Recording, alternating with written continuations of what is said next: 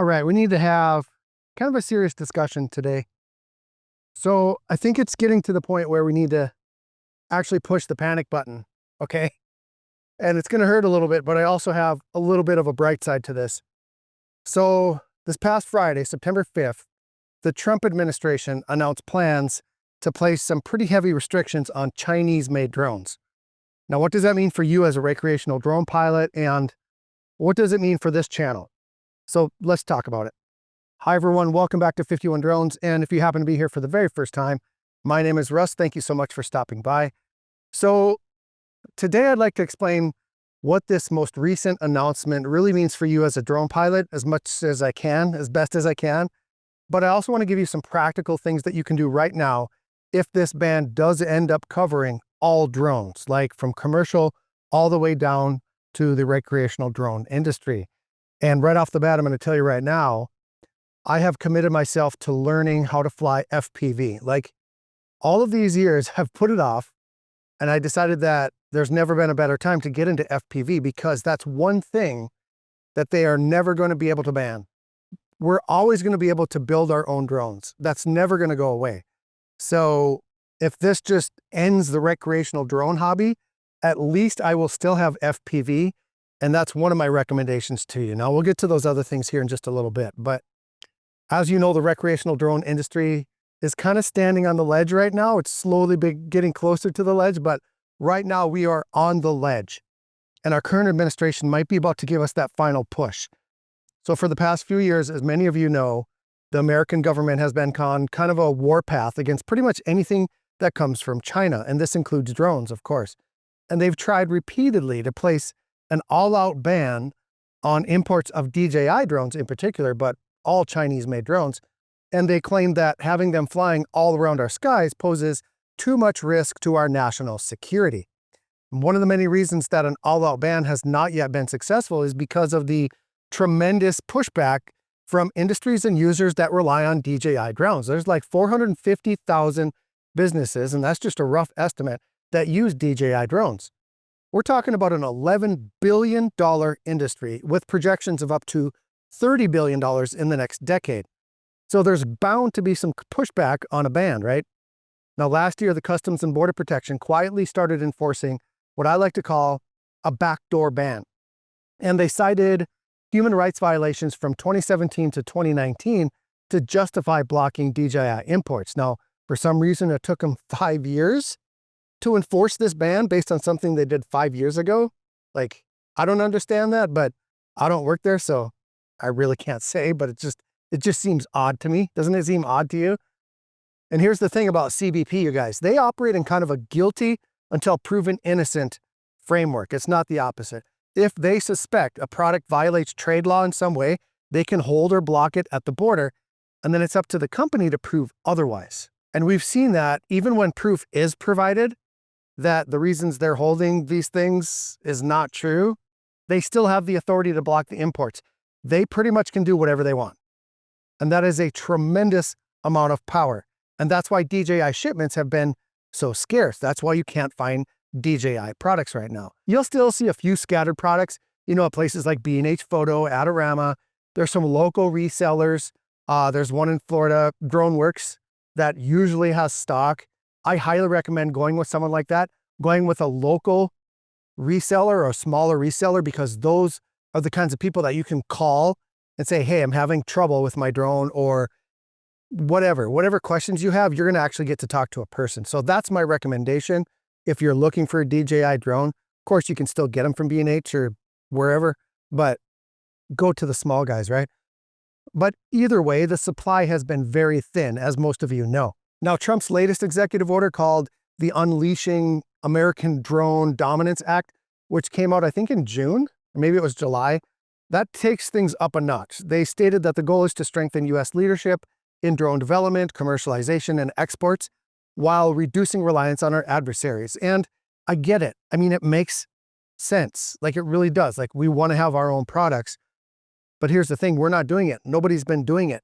And so I think this is a way to spark the industry, right? To force it to happen. I think that's mostly why this is happening. But in short, The Trump administration wants American-made drones flying around in our skies, not Chinese-made ones. And that's kind of the basis behind all of this. So what does this mean for us right now? And here's where things get a little bit murky. The language of this order, the executive order this summer, and then this other discussion that was on September 5th, is that nothing's been clearly defined yet. Like supposedly by the end of September, we're going to have some clear definition of what these orders actually mean, but they haven't defined whether it's recreational drones are going to be included. Like we don't know if this means all drones, every single drone that comes from China, or does it only mean commercial grade drones? Does it only mean certain companies, or certain categories? We just don't know yet. My hope, and I'm going to be really upfront with you and really honest, it's more hope than certainty because we've all seen the pattern that's been unfolding over the past few years. But my hope is that the sub 250 gram drones, like the mini series of DJI, will not be targeted. Why do I think that? Because they're classified as a low risk aircraft and they don't fall under the same commercial regulatory spotlight. But until we see the fine print, we just don't know. And maybe I'm living in a fantasy world, seeing the world through rose-colored glasses. And I know Ken's gonna say that, but I still have hope, you guys. If you're a recreational drone pilot, this is the part where I'm sure many of you are feeling uneasy, and I get it. But here's what I want to emphasize, you guys. The drones that you own right now are not going to suddenly stop working. There is no kill switch that's going to shut them down. You will still be able to fly them. You're still going to be able to use the drones that you have. If you purchase a drone today, that drone's going to be able to be flown until it dies. Like up until anything is actually on paper, anything you have is going to be able to be flown.